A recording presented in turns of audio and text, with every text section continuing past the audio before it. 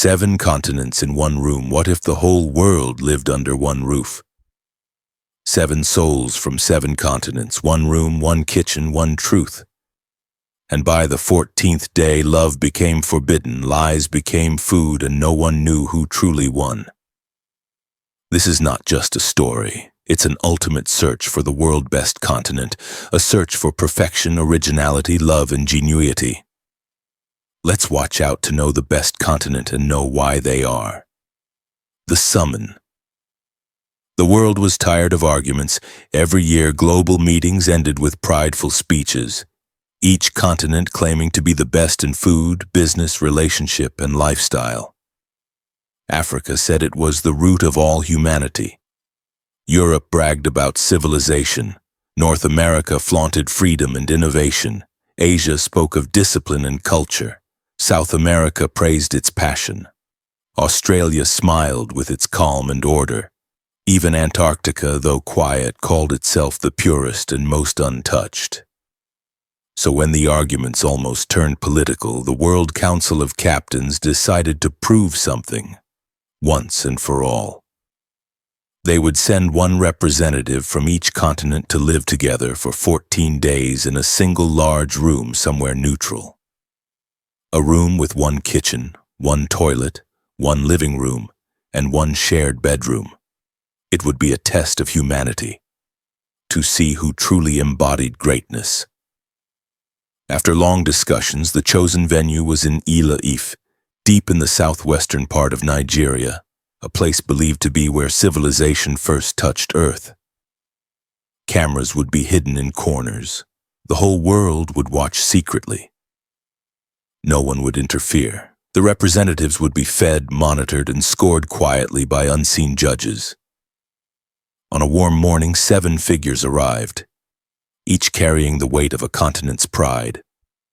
Adisa from Africa, Mei Lin from Asia, Victor from Europe, Claire from North America, Diego from South America, Noah from Australia, and Soren from Antarctica.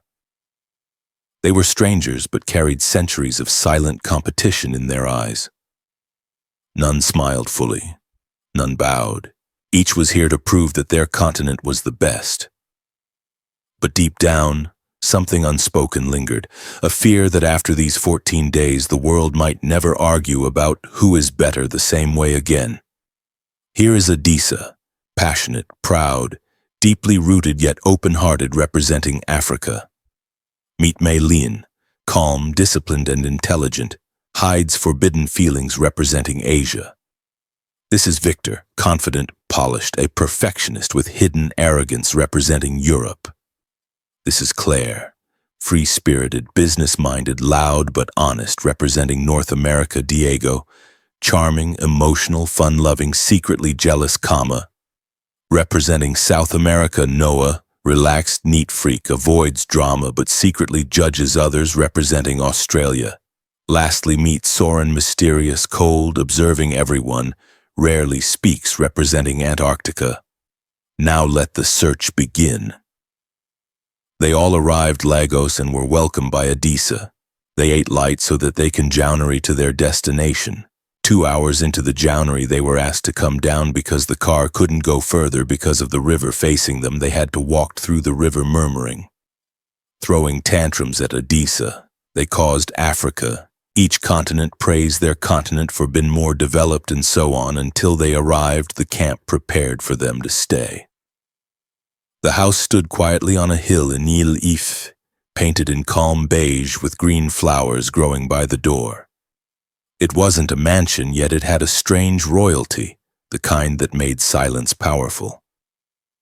Inside, the room was wide but shared, a single kitchen with one gas burner, a big living room with 7 chairs, 1 toilet, and a long bedroom with 7 single beds lined in a row. When Adisa entered first, he dropped his bag and smiled proudly. Feels like home already. Victor rolled his eyes, dragging his silver luggage across the floor. Claire checked for sockets to charge her phone.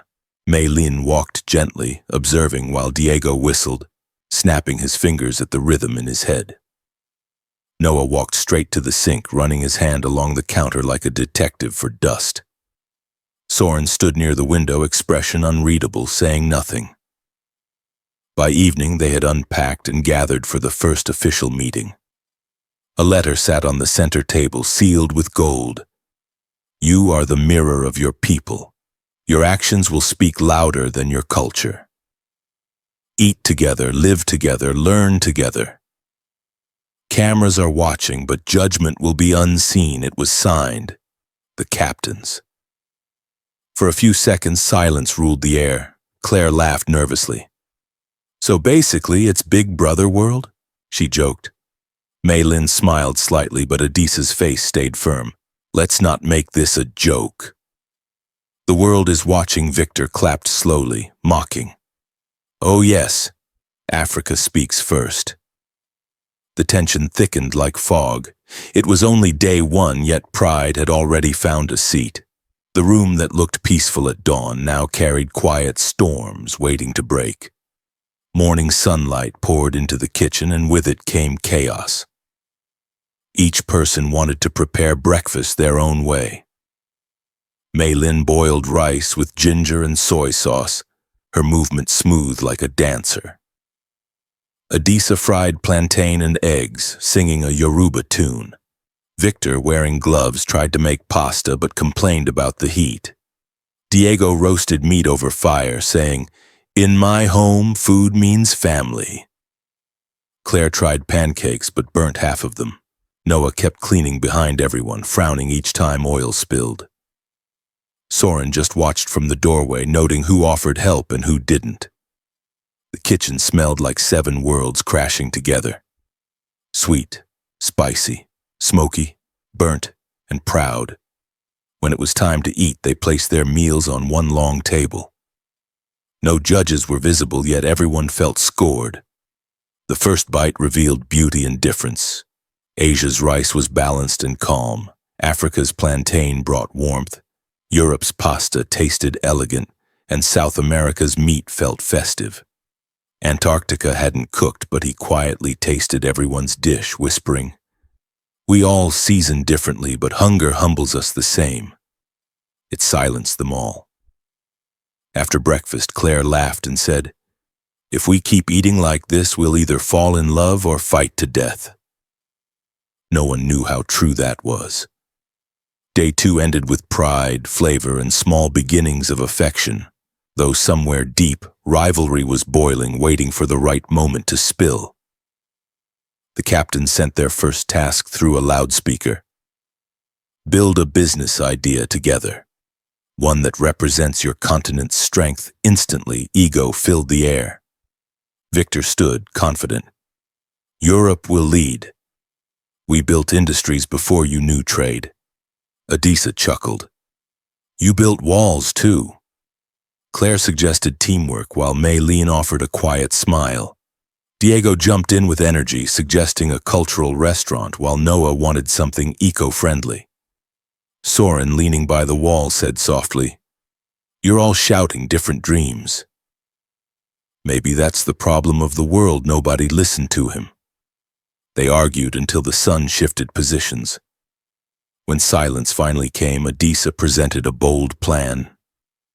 A marketplace where every continent sells what it's best at. Victor laughed. That's impossible. Too chaotic. But Mei Lin looked thoughtful. Maybe that's the beauty. Chaos turned into cooperation. By evening, they had worked it out together. Victor handled finances, Mei Lin the structure, Claire the marketing, Adisa the trade system, Diego the art, Noah the management, and Soren the observation. The presentation was messy but full of heart. Later that night, as they reviewed their score on the wall screen, the captain's note appeared. Business thrives when voices compete but respect leads. They had tied in points. No one led, no one fell. But beneath their forced smiles, pride still whispered, Next time I'll win. The evening air was soft. After dinner, Adisa sat outside under a mango tree watching the stars. Mei Lin joined him quietly, her eyes glowing in the dim light. Do you miss home? She asked gently. He smiled. Not really. My home is wherever people understand me. She nodded, looking down. Then your home might be small, she said playfully. They both laughed, their conversation flowing like calm water. For the first time, Adisa felt seen beyond the competition, not as a continent, but as a soul. Mei Lin too felt warmth she couldn't explain. They talked about music, family, and how both continents were often judged wrongly. When she told him she had never eaten fried plantain, he promised to make her some the next morning. But don't tell others, he teased. I want to keep our secret. Inside the room, Diego watched them from the window. Claire whispered, He's falling for her. Diego smirked, and she's falling too. Victor overheard and shook his head, muttering, This will end badly. But love doesn't ask for permission, it just grows, even in forbidden soil. That night, Adisa wrote in his small diary, I came to represent Africa. But tonight I discovered a new language, love. Mei Lin smiled as she slept, her heart racing to the rhythm of a drum she didn't understand. The captains watching from across the world took note. A spark has been, one that either destroy or unite. Tension brewed during breakfast. Victor, tired of Adisa's growing influence, made a careless remark while chewing his bread. African food tastes like history that refuses to move forward, he said coldly. The room froze. Adisa dropped his spoon. And European pride tastes like a story that refuses to apologize, he shot back. Mei Lin tried to calm him, but Victor's smirk deepened. You people survive on emotion. We survive on order, he said. In that moment, the thin line between competition and contempt broke. Claire gasped. Diego clenched his fists. Noah muttered, Mate, you've gone too far. But Victor stood his ground, chest high with arrogance. The captains watching from their hidden screens murmured among themselves. Europe's captain sighed, knowing this would cost Victor dearly. That night, while others sat quietly in the living room, Victor isolated himself, pretending not to care, yet his eyes betrayed regret. Adisa, however, had earned everyone's respect. Even Soren nodded in silent approval. The following morning, a note appeared on the wall. Respect isn't a continent's gift. It's a human's choice. Victor stared at it, expressionless. For the first time, Europe looked smaller than pride could hide. The others didn't mock him, they just watched, realizing that sometimes arrogance is the quickest way to fall. By day 5, the tension was too thick. So Claire suggested they go outside, breathe, and see something beyond the walls. They carried food, mats, and laughter to a small river nearby. Diego strummed a borrowed guitar, singing in Spanish. Mei Lin braided flowers into her hair. Noah kept arranging things in perfect order while Victor forced smiles to cover his shame. Adisa and Mei Lin exchanged glances that felt louder than any word. For the first time, Soren spoke clearly, his voice deep and strange. You all look happy, he said, but your hearts are still drawing borders. His words pierced through the calm. Everyone went silent for a moment, unsure how to respond. After a while, they started playing a truth game. Say something you've never told your continent, Claire suggested. Diego admitted he sometimes hated how South Americans were judged for chaos. Mei Lin confessed she feared speaking her emotions. Adisa said he hated how people thought Africa was desperate for validation. Noah admitted he envied people who could be loud. Victor stayed quiet, sipping his drink, while Soren simply said, The coldest place on Earth isn't Antarctica. It's a heart that believes it's better than others. The river kept flowing beside them as if washing away their pretense. Yet beneath the laughter and jokes, they all knew something deeper was starting to unravel. Their pride was cracking, and truth was beginning to leak through. That night, the air inside the room felt heavier than usual. Mei Lin couldn't sleep. She sat by the window, her face dimly lit by moonlight. Adisa noticed and walked to her side. "You're thinking again," he whispered. She smiled faintly. "I'm not supposed to love anyone here, Adisa. Our captains warned us," he frowned. "Love isn't politics," he said. She looked at him, eyes soft. "Maybe not to you, but to my continent. Loyalty is everything." The silence between them spoke louder than their words, and then slowly she leaned her head on his shoulder. He didn't move. Somewhere outside, the camera blinked red, recording what should have been private. By morning, a note appeared on the wall again, written in bold red letters. "No romantic alliances allowed." The message struck everyone differently. Victor smirked. Diego laughed. Claire looked worried. Adisa and Mei Lin exchanged guilty glances. The others began treating them like suspects in a silent crime. Noah whispered to Claire, "They're just proving love is weakness." But when Mei Lin served breakfast that morning, her hands trembled. Adisa wanted to defend her, but silence was his only shield. The captains were watching closely, but so was the world. Love had entered a competition built for pride, and that was dangerous. Diego decided the house needed laughter again. He dragged the speaker to the living room and shouted, "Tonight, we dance!" Music filled the space, fast, wild, unapologetic. Claire joined him, moving her hips freely. Noah laughed, trying but failing to keep up. Even Mei Lin giggled, clapping softly. Victor stood aside, arms folded, pretending he wasn't impressed. Adisa clapped to the rhythm, but his eyes stayed fixed on Mei Lin. As the song reached its height, Diego spun Claire around and kissed her suddenly. The room gasped. Claire froze. "It's just Latin fire, baby," he joked. But Victor snapped, "You make everything about show," and pushed him lightly. The music stopped. Silence fell like a stone. Diego's face darkened. "You talk about class, but your heart has none," he said. The argument flared again. Noah tried to intervene, but Soren simply watched with cold amusement. "Interesting," he whispered. "Joy and anger are twins." By the end of the night, the house that once danced was filled with tension again. Claire locked herself in the bathroom, crying quietly. Diego felt misunderstood. Victor sat alone, trembling with frustration. Only Soren seemed calm, writing notes in his small black book. When asked what he was writing, he replied, "I'm recording how humans destroy peace, in the name of proving they can create it." Noah couldn't take it anymore. "This house is a mess," he shouted one morning, holding a broom like a weapon. "Everywhere smells of confusion." Everyone groaned except Mei Lin, who nodded in support. "Cleanliness is respect," she said softly.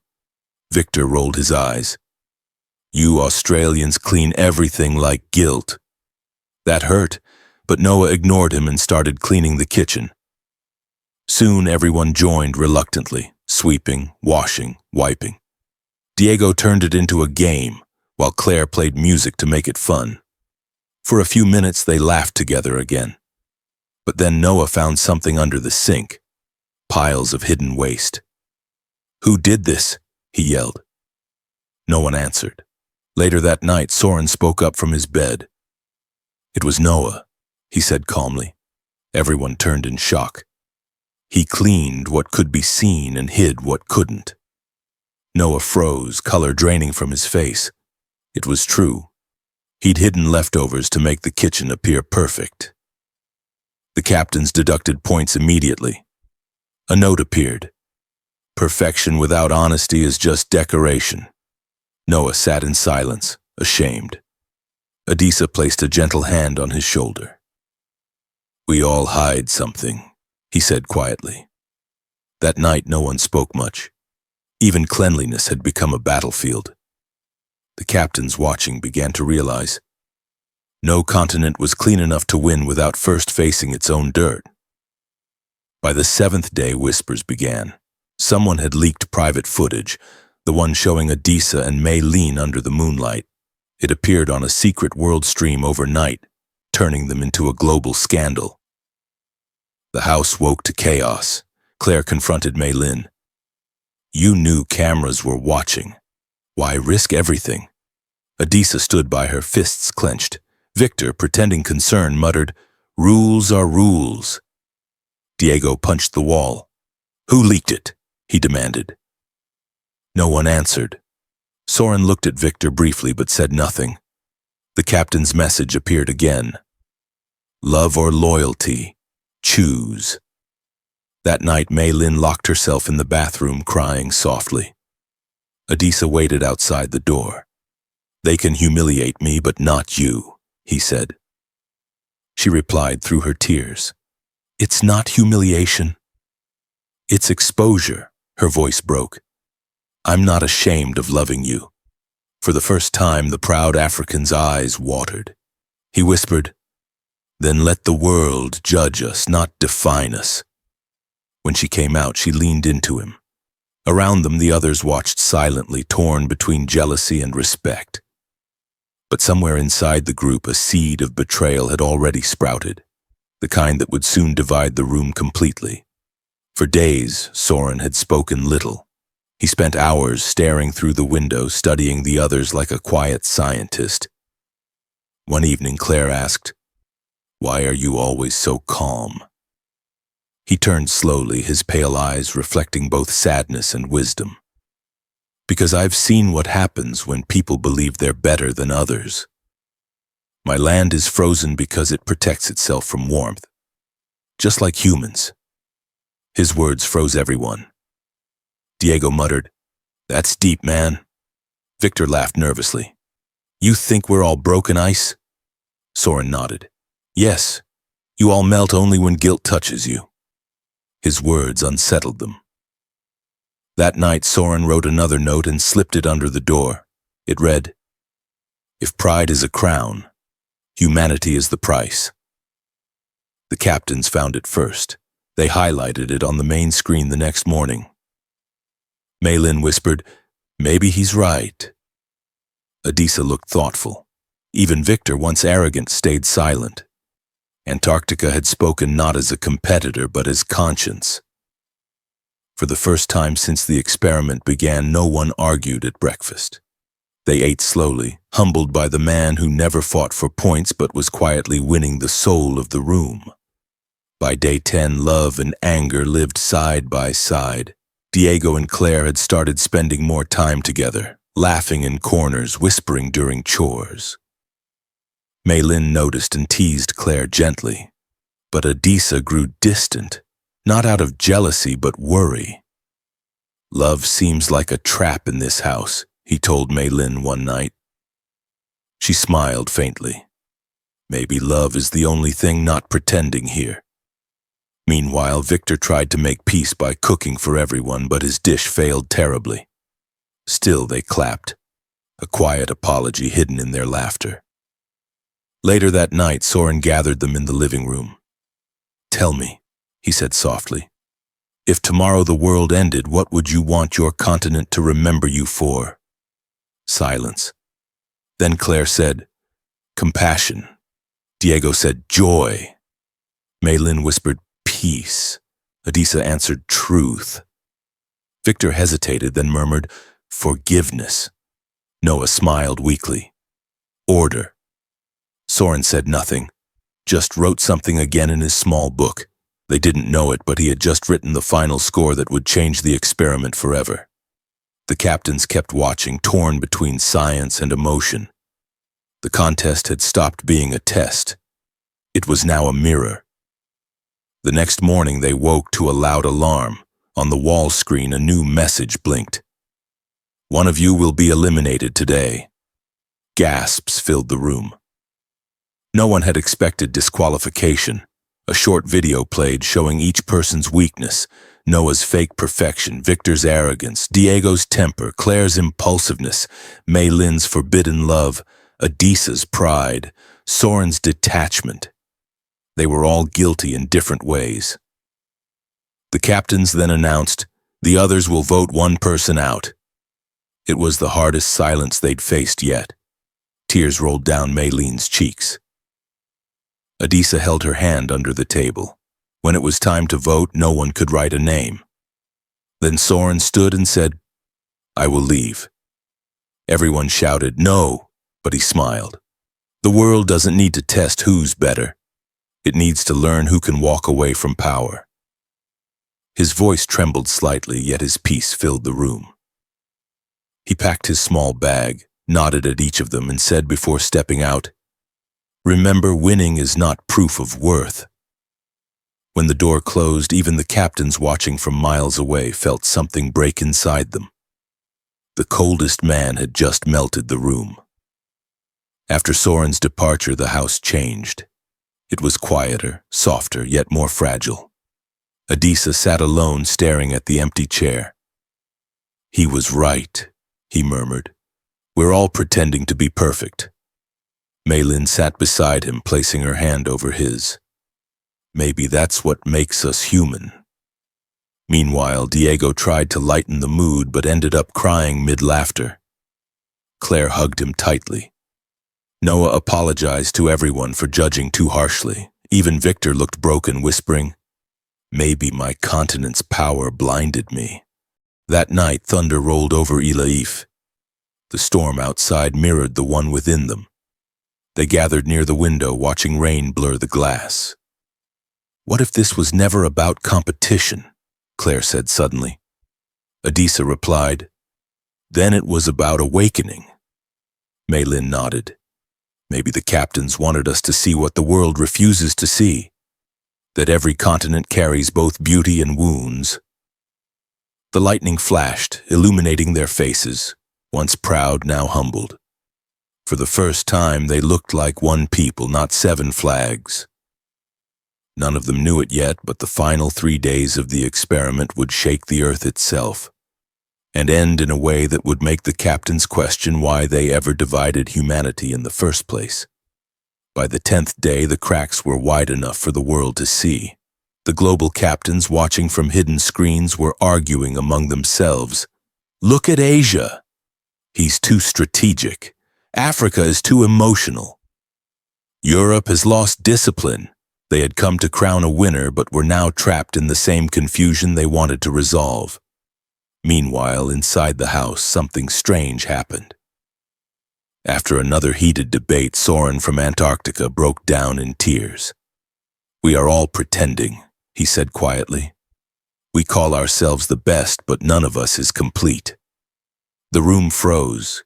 Even the cameras seemed to pause. His tears were pure and unfiltered. For once, they didn't sound like competition, but confession. That night, no one cooked. They all sat together, sharing cold bread in silence. The wind outside whistled through the window like a song of surrender. Adisa looked at Maylin, and for the first time, she didn't see an Asian. She saw a person, fragile, tired, and scared like her. Victor muttered something in Russian, which Diego translated. "The problem is not where we come from. The problem is who we think we are when we forget we are human." It was the first moment of unity, born not from strength, but from exhaustion. The next morning, Africa woke first and cooked for everyone. Yam and tomato stew. It wasn't part of the test anymore. It was from the heart. The aroma filled the room, stirring smiles. Noah from Australia cleaned the floor. Claire washed the plates, Victor made tea, Maylin added herbs, and Diego played soft guitar music from his phone.